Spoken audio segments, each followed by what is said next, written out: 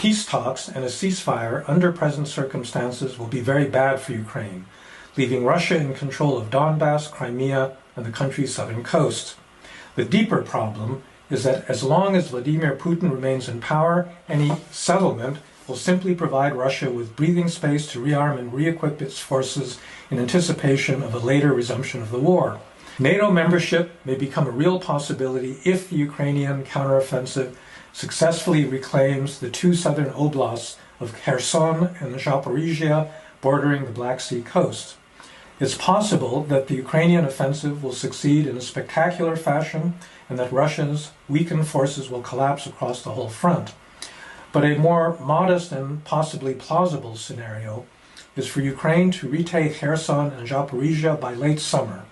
This will lay the grounds not for a formal peace agreement, but for a self-enforcing armistice.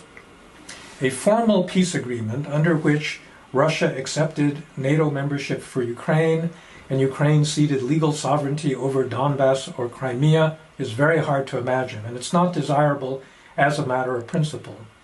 The threat of the slow strangulation of Crimea might finally give Putin an incentive to stop his attacks on Ukraine, unblock Ukraine's ports on a continuing basis, and commit to ending terroristic missile strikes on Ukrainian cities.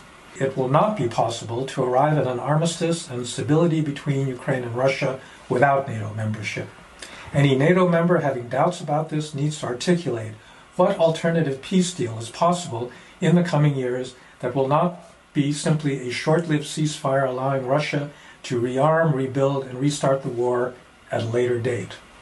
We need to start thinking concretely about the conditions under which NATO will accept Ukraine and prepare ourselves actively for such an outcome. This thinking needs to begin now because we in the West are still very far from consensus on this issue.